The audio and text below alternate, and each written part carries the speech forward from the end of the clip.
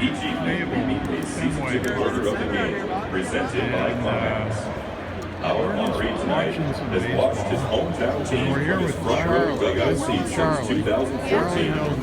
Please welcome a native of Danvers, Massachusetts, Bob Webster.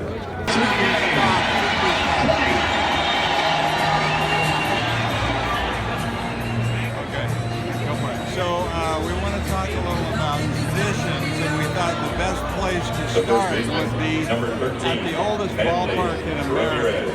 Fenway Park in Boston, Massachusetts.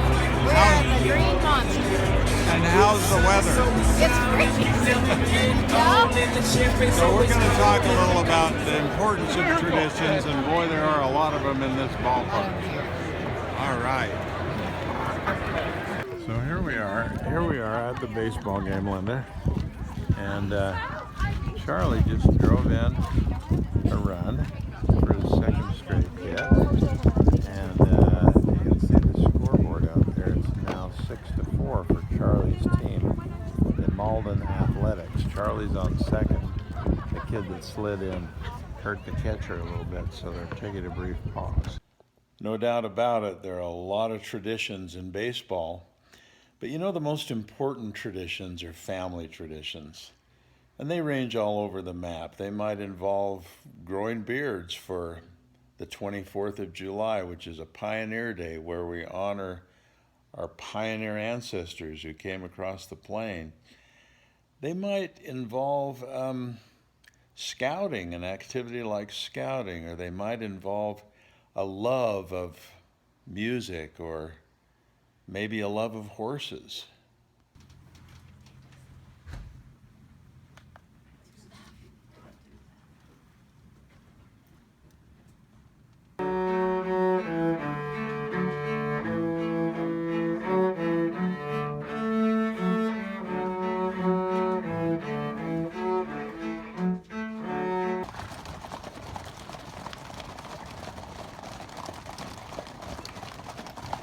Right from our front porch here at the Lazy J Ranch.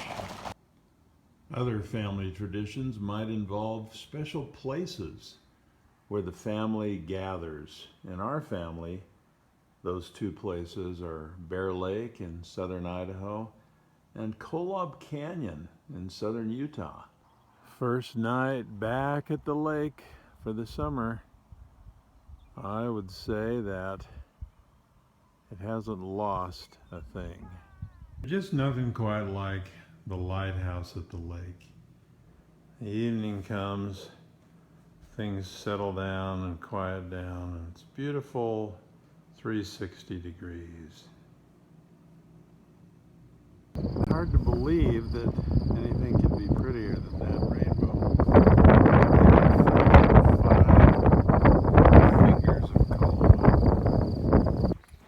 Here we are in Kolob again. One of the first times I've ridden in May. And the difference is that there's a lot of new leaves and a lot of flowers and of course the same old majestic peaks. Or maybe a family tradition centers around an activity like scuba diving. I'm lucky enough to have a lot of boys who are certified, and there's nothing like diving with them. What we would like to suggest to you is that you formalize your family traditions, institutionalize them, make them wonderfully ritualistic and memorable, things that kids can appreciate and anticipate and so on. One way to do that is put them all in a great big book. This is our tradition book, and if you were to open it, you'd find a spread for every month with the traditions that happen that month. Here's April. We've got Easter. We've got Mom's birthday where we do a picnic. We've got Jonah's birthday where we fly kites. The kids illustrate these. You might be able to tell that that's some kids flying a kite, and you might be able to tell that that's a picnic, and that's rolling down the hill. If we turned over, let's just at random, October.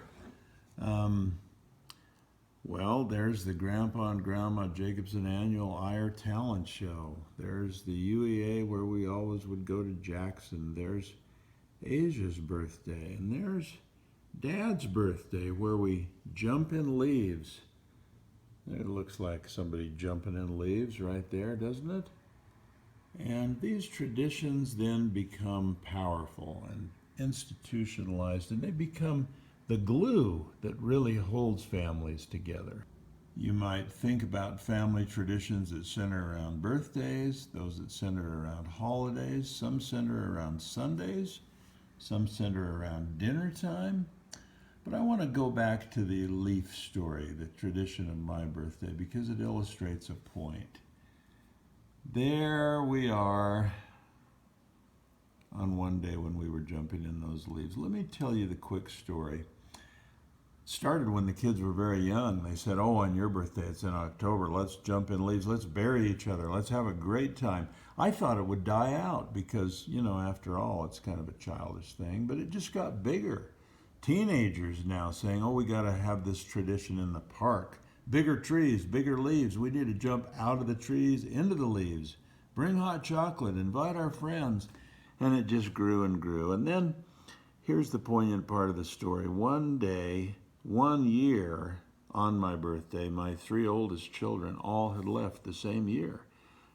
Josh was away at college and in his first year, and Sarah and Shana, our oldest 2 daughters, were both on missions for our church, one in Bulgaria and one in Romania, doing humanitarian work and Christian service. And I missed them a lot, and on my birthday, I particularly missed him. I was a little melancholy, but I happened to go to the mailbox, and there were 3 birthday cards, and I thought, my word, they've remembered my birthday. Well, I opened the first one with a Bulgarian postmark on it, and it wasn't a card at all. It was a leaf.